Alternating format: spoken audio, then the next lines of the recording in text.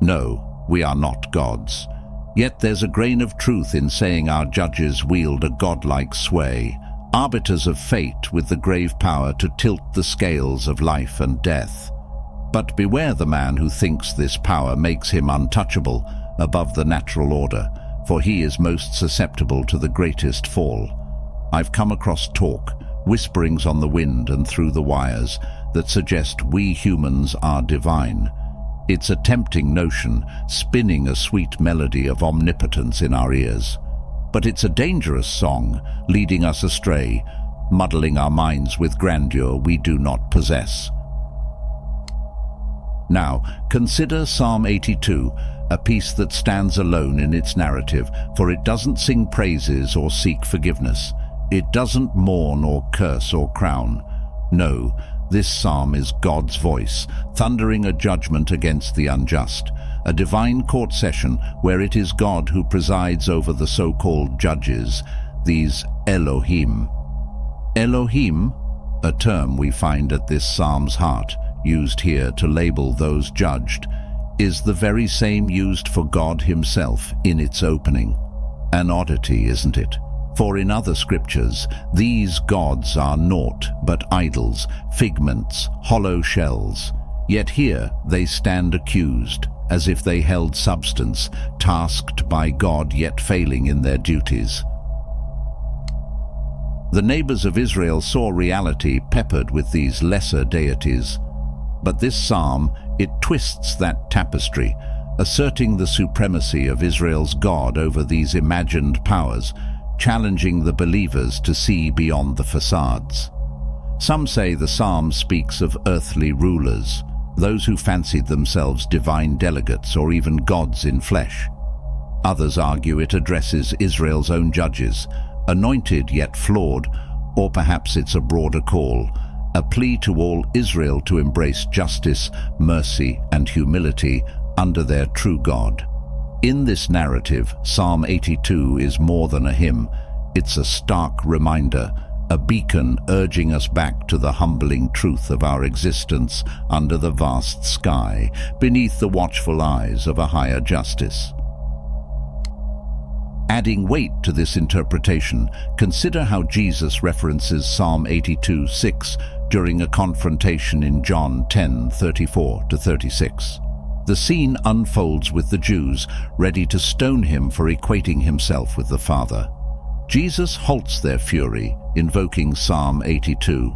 "Is it not written in your law, I said you are gods?" He challenges them, highlighting that those acknowledged as gods received God's word. So then, what of him, sanctified and sent by the Father himself? From Jesus' discourse, it emerges clear as daybreak. Even humans have been dubbed gods by the Almighty. These mortals, are they not the ones blessed with God's message, be they leaders or the common folk who stood at Sinai? With Jesus' words as a lantern, I lean towards seeing these gods as either appointed officials or the everyday Israelites graced by divine words. But let's delve deeper into Psalm 82, where God, like a prosecutor in a courtroom, lays bare the failings of his people, accusing them of transgressions so grave they threaten the world's balance, decreeing their fall from grace and imminent demise. In the subsequent verses, God, in a tone mixing despair and ire, decries their iniquities. How long? He begins, voicing a lamentation familiar to Israel. What were their misdeeds? They were judges who faltered, not in leniency to the guilty alone, reflecting a common critique of corrupt judiciary. Their lenience toward the malevolent, their lack of stern resolve against transgressions. Yet God's fiercest rebuke targets their neglect of a paramount duty to protect the downtrodden, a cardinal obligation for rulers across the ancient Near East and within Israel. The concern here extends beyond the victims of overt crimes. It encompasses the vulnerable, the marginalized, the voiceless among the populace. This narrative resonates profoundly today, amidst heated debates on addressing neediness within society. we grapple with the origins and persistence of poverty, the most effective means of assistance, the governmental role in aiding the destitute. These discussions are crucial, yet we must not lose sight of a fundamental tenet. God mandates that his followers uphold not merely compassion, but justice for the needy, ensuring their rights, championing their causes in the halls of justice, as Psalm 82 urges. It's a call for a justice that transcends mere charity, advocating a robust defense of the poor and oppressed, embodying God's command for social equity. Psalm 82 reveals to us that the quest for social justice transcends the simplistic divides of our political discourse. It is not merely the rallying cry of the left, as some on the right might assert. This pursuit is divine, a fragment of God's grand design to heal and restore the earth to a state of shalom. Indeed, the methods may diverge. Conservatives often champion personal responsibility, while liberals may advocate for state-driven solutions. Yet, irrespective of ideology, the call to safeguard the vulnerable and uphold the rights of the impoverished rings universal. Ignore this, and we face dire consequences. What consequences, you ask? Picture ourselves summoned before the Almighty's court, standing trial for neglecting this grave responsibility. God articulates the gravity of this neglect in verse 5, presenting injustice as a malaise with the power to unsettle the very fabric of creation. It's ambiguous who they are in this context. Are they the downtrodden, stumbling in obscurity? Such an interpretation seems misaligned with the Psalm's core message, which castigates the corrupt adjudicators.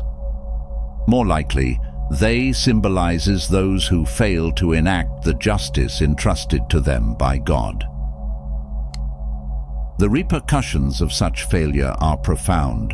Moral ignorance and divine estrangement breed chaos, upending global stability. All the foundations of the earth are shaken, not just metaphorically but in palpable reality. History bears witness to the upheaval wrought when the marginalized rise against systemic injustice. Hence, God's verdict on these derelict gods is stern and irreversible. Entrusted with divine authority, they failed catastrophically, earning not just demotion, but death. "You will die like mere mortals, you will fall like every other ruler," announces their fate, a stark admonition to those ordained to dispense justice. Reflecting upon the initial interpretation of the gods, if the ancient Near Eastern worldview saw divine and human realms intertwined, Psalm 82 dismantles such beliefs. Even entertaining the notion that these deities might exert influence, a concept at odds with the broader scriptural narrative, the psalm unequivocally subjugates them to Israel's God. Their failure as arbiters of justice seals their doom, marking not just their downfall, but the obliteration of their entire pantheon. In essence, Psalm 82 not only chastises earthly judges, but also signals the end of an era, proclaiming the demise of these so-called gods, underscoring the supremacy of the God of Israel in a world crying out for true justice. In a narrative brimming with the stark and unforgiving truths of existence, Psalm 82 unveils a profound declaration of divine authority. This isn't about mere denial of other deities. It's an assertive proclamation that the one true God has asserted his supremacy through judgment and obliteration of these so-called gods. The kings are fallen, hail the enduring reign of Israel's God. James Luther Mays articulates a poignant reflection for our era, dappled with its myriad beliefs and cultural diversities. He suggests that until all nations and peoples acknowledge God's overarching sovereignty, they will inevitably elevate false deities to govern their destinies. True faith perceives God amidst these national idols, understanding that "Thy kingdom come" is a plea for their ultimate demise. This is the essence of the closing plea in Psalm 82, where after envisioning the downfall of injustice and its architects, the psalmist appeals fervently to God. "Arise, O God, judge the earth." Such is God's rightful prerogative and capability, for every nation falls under his purview. Amid the turmoil and discord spawned by human inequity, only divine intervention can restore order. The psalm thus embodies the already but not yet tension central to the New Testament's message. God's reign of justice is imminent, yet the world awaits full rectification, hindered by its own flawed executors of justice. This psalm casts a long shadow to a future time, a day of reckoning when the ultimate judge descends from heaven to earth. Such an advent occurred once with the Son of God's incarnation, and it awaits completion at his second coming to judge every soul, living and dead. In his first arrival, he articulated his mission with Isaiah's prophecy: to bring hope to the impoverished, freedom to captives, sight to the blind, liberation for the downtrodden, and to herald a time of divine grace. While these declarations bear spiritual significance, they encompass tangible acts of mercy too, as evidenced in Jesus' teachings in Matthew. His second coming will bring judgment based not solely on faith, but also on our deeds towards society's marginalized, the poor and the needy.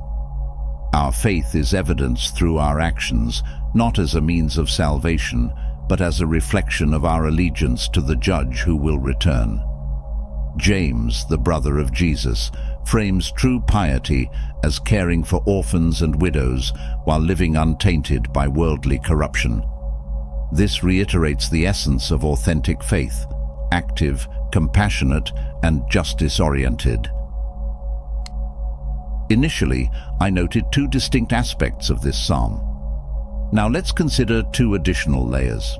In our era, teeming with competing deities and moral relativism, Psalm 82 resonates with a robust counter-polytheistic stance.